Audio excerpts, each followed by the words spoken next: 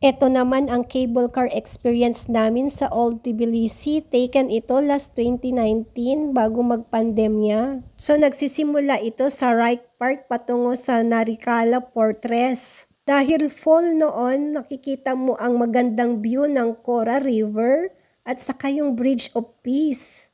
Din sa mga iconic na place dito sa Tbilisi, yung Bridge of Peace na yan.